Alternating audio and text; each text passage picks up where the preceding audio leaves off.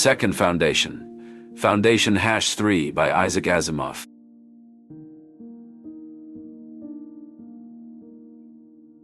The Mules Quest.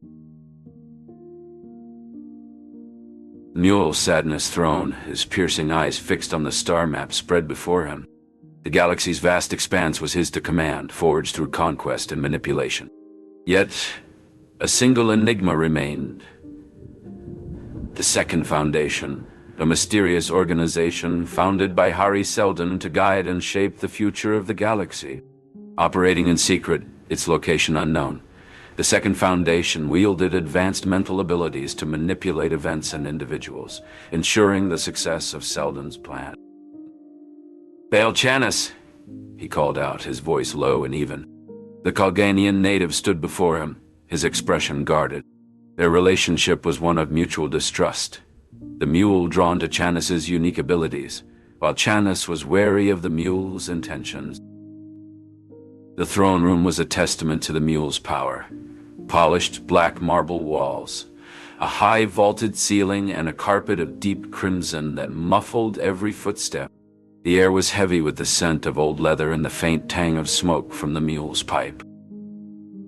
"I've been thinking about our conversation earlier, Chanis," the mule continued.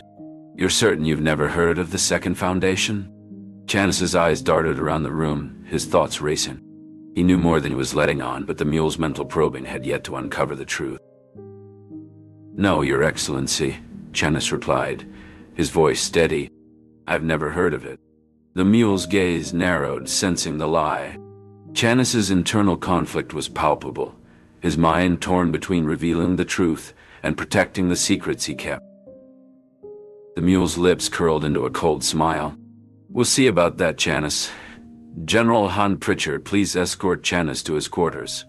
I have a special task in mind for him." Pritchard, a gruff, seasoned officer, nodded and led Chanis away, the mule's eyes following them, his mind working out the details of his plan. Later that day, the mule summoned Pritchard to his throne room. "General, I have a mission for you and Chanis. I want you to lead an expedition to locate the Second Foundation. I believe Chanis may have information that can aid in our search." Pritchard's expression was skeptical, but he nodded, his doubts evident. The mule's eyes glinted with intensity, his thoughts consumed by the Second Foundation. He would stop at nothing to find it, to eliminate the threat it posed to his power. And with Chanis and Pritchard on the mission, he was confident that he would finally achieve his goal. A subtle hint of curiosity flickered in Chanis's eyes, a glimpse of knowledge he kept hidden, but the mule was too focused on his own ambitions to notice. The game of Galactic Chess was about to begin, and the mule was ready to make his move. Arcadias Rebellion. Arcadia Darrell sat in her room, surrounded by holographic images of distant galaxies and famous figures from the Foundation's history. She was supposed to be working on her composition about the Seldon plan, but her mind was elsewhere. "Arcady," she whispered to herself, testing out the pseudonym she'd chosen. It felt right, like a secret identity that could free her from the expectations of being Dr. Torrin Darrell's daughter. The door to her room slid open and her father entered, his face etched with concern. "Arcadia, I need to talk to you about your fascination with the Second Foundation," he said, his voice laced with a hint of warning. She rolled her eyes. "Not now, Dad. I'm busy," she replied, not looking up from her work.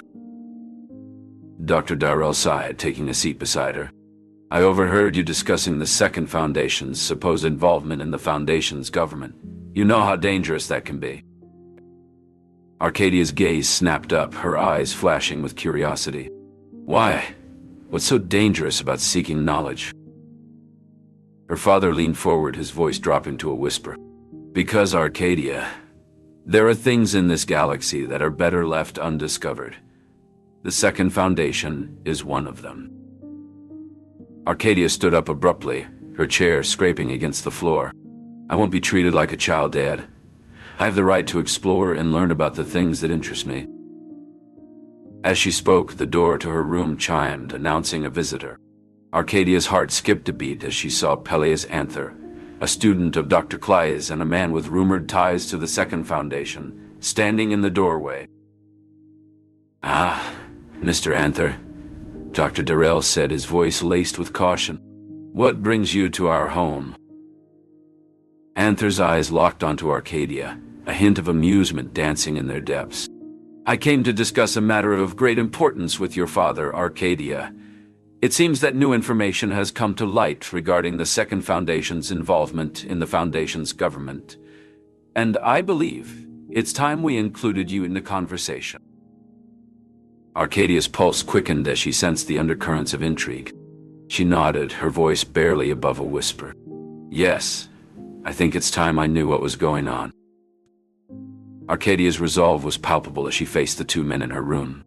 The air was thick with tension, each person aware that the conversation they were about to have could alter the course of their lives forever. Anther stepped inside, his presence commanding yet enigmatic, a living link to the enshrouded Second Foundation. Dr. Darrell broke the silence, his voice steady but carrying an undercurrent of urgency. "Arcadia, Mr. Anther has uncovered evidence that suggests the Second Foundation may have infiltrated the highest echelons of our government. This isn't just about academic curiosity.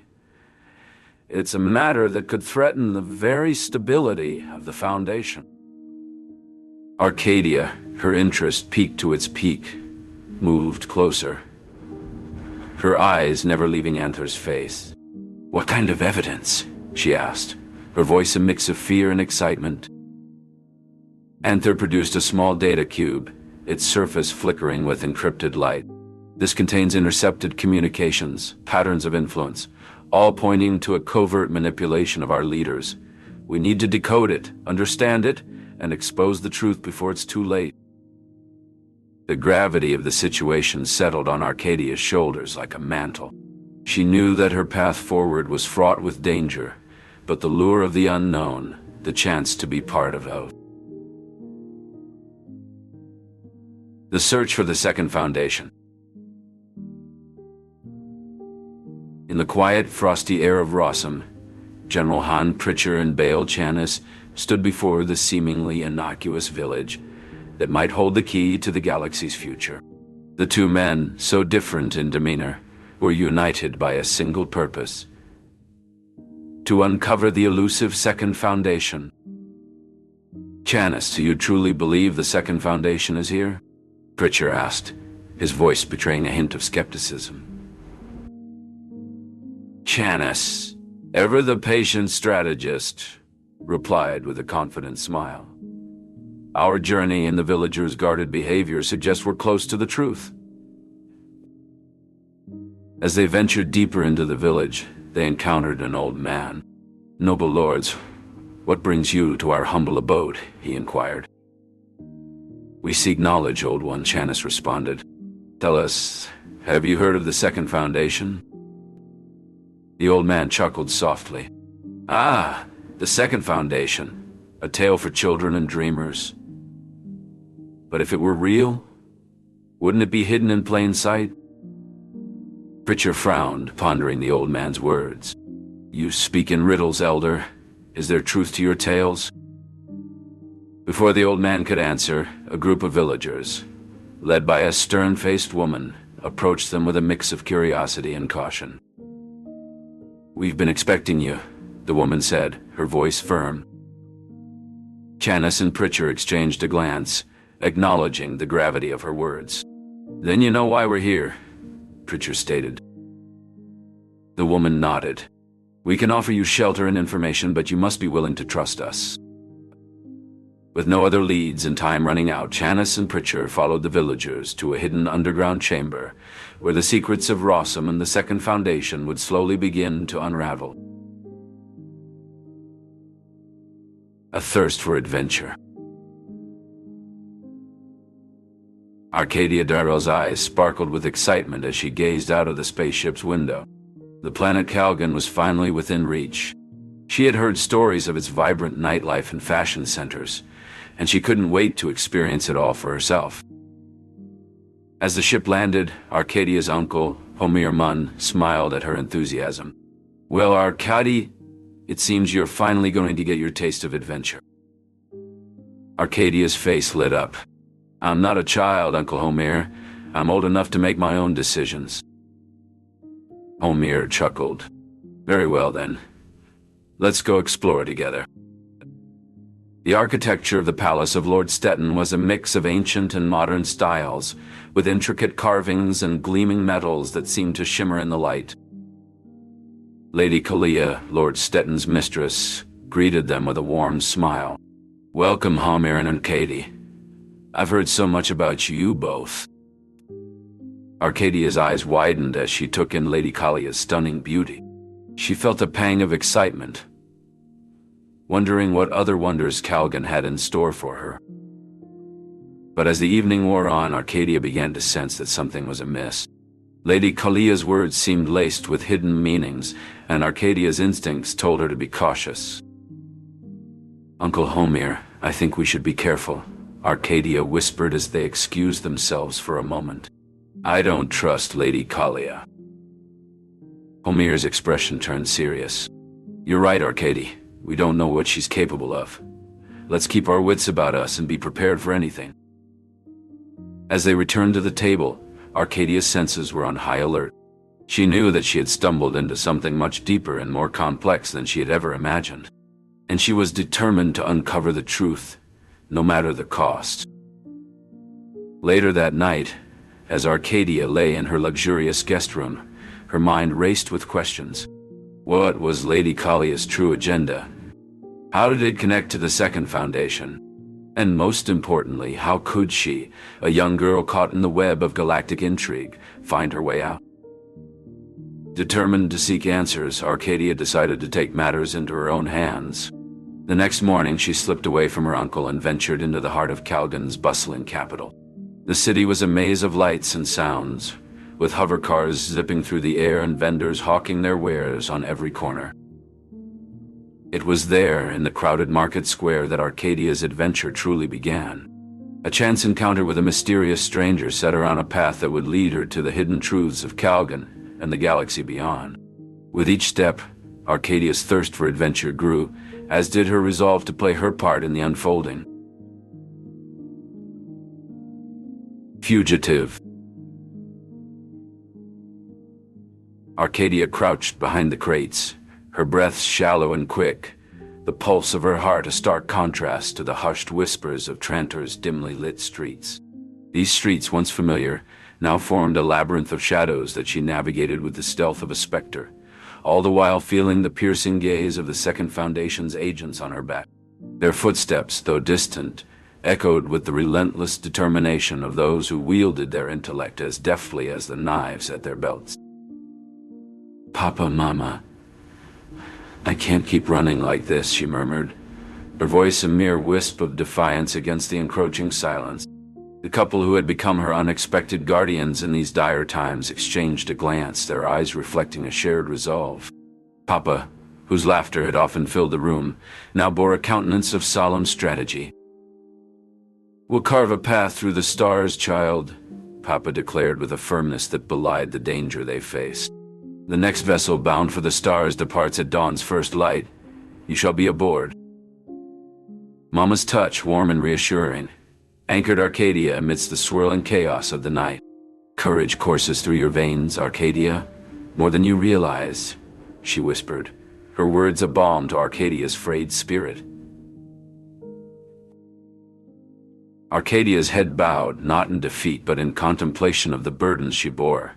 Not merely the weight of the galaxy, but the legacy of her grandmother, Beta Durrell, whose own dance with shadows had altered the course of history. It's not courage I lack, Mama. It's respite. Respite from the masquerade, from the ever-present shadow of fear. Mama's agreement was a soft sigh in the darkness. It is your right to seek peace. Yet remember, solitude is not your fate. We stand with you, as do many who share your vision. Their exchange was severed by the ominous cadence of approaching steps. Arcadia's eyes, wide with the instinct of the hunted, met Papa's, and without a word, they slipped into the obscurity of an adjacent alley, Mama's presence a silent vow of protection. "We must vanish into the night now," Papa breathed, his gaze flitting like a caged bird seeking escape. Arcadia nodded, her thoughts a whirlwind of strategy and memory. She needed to reach her father to unveil the Second Foundation's machinations. But the path was shrouded in uncertainty. Rounding a corner, a beacon of hope glinted above, the silhouette of an air taxi suspended like a promise amidst the rooftops. With a burst of resolve, Arcadia dashed toward it, her makeshift family at her heels.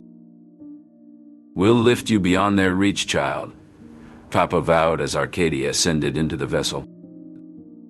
As the doors sealed her fate and the taxi ascended into the embrace of the night, Arcadia cast a final glance at the receding figures of Papa and Mama, her heart swelling with a gratitude too vast for words. "Thank you," she breathed into the void, her gratitude carried away by the winds of change. With a lurch that sent her stomach reeling, the taxi veered into the unknown. Clutching the seat, Arcadia fixed her gaze upon the celestial tapestry unfurling above. She had eluded.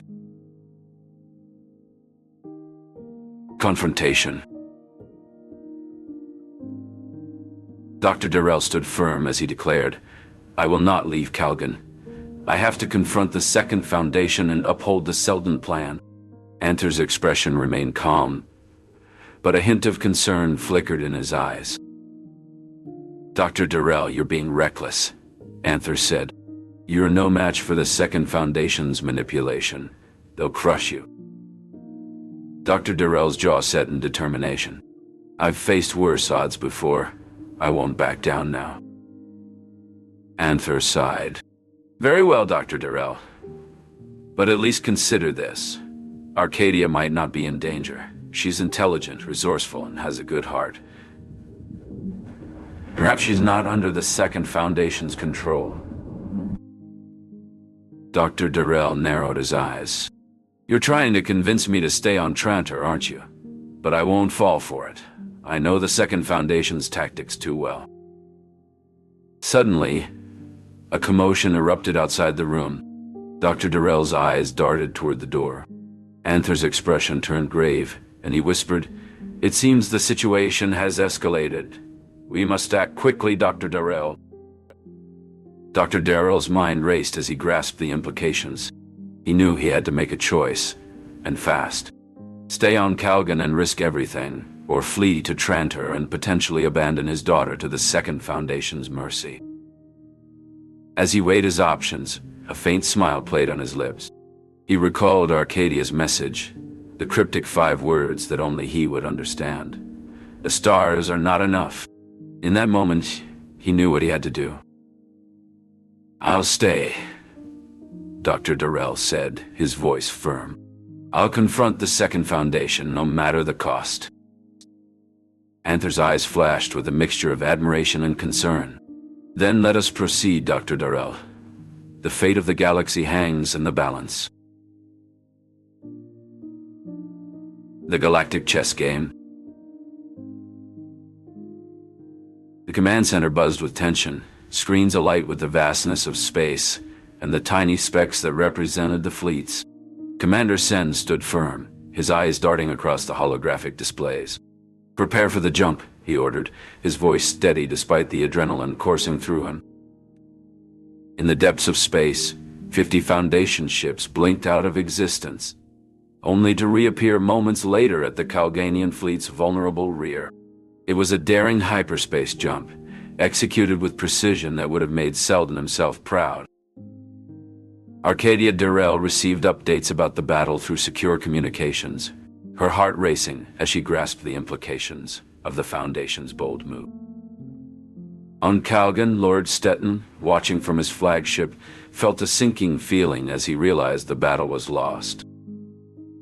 Back in the fray, the Calganian ships scrambled to respond to the sudden attack. But the Foundation's forces were relentless, their movements deceptive and encircling. Commander Sen's voice echoed through the comms, "Hold the line. Victory is within our grasp." Dr. Durrell on Trantor worked furiously in his lab, his hands moving with a sense of purpose. He had played his part, and now it was time to see the outcome of the battle. In the end, it was a game of galactic chess, and the Foundation had outmaneuvered their opponent. As the last of the Kalganian ships surrendered, a cheer erupted from the command center. The stars seemed to twinkle with the promise of a future written in the constellations, a future where the Foundation would rise, just as Hari Seldon had foreseen. Preem Palver's eyes reflected the stars outside as he turned to Arcadia. Yes, we did. But remember, Arcadia, this is just the beginning. The real game has many more moves to come. The Seldon Plan's success. As the war between the Foundation and Calgan came to an end, Arcadia, now cognizant of her part in the grand design, was filled with a complex blend of emotions. In their quarters on Terminus, she questioned her father, Dr. Durrell, about the Second Foundation's influence. Dr. Durrell confirmed their subtle guidance, ensuring events played out as foreseen by the Seldon Plan. Arcadia, understanding the depth of their influence, sat with her father, reflecting on the intricate sequence of events that had led to this moment of tranquility. The orchestration of the conflict had been a pivotal moment, a reminder of the unseen forces shaping the path to a brighter future. In the silence, Arcadia's thoughts drifted to the countless individuals who had contributed to the unfolding of the Seldon Plan, each playing their part in the grand tapestry of history. The realization filled her with a sense of awe and gratitude, knowing that even in the darkest of times there were those working tirelessly behind the scenes to ensure the greater good.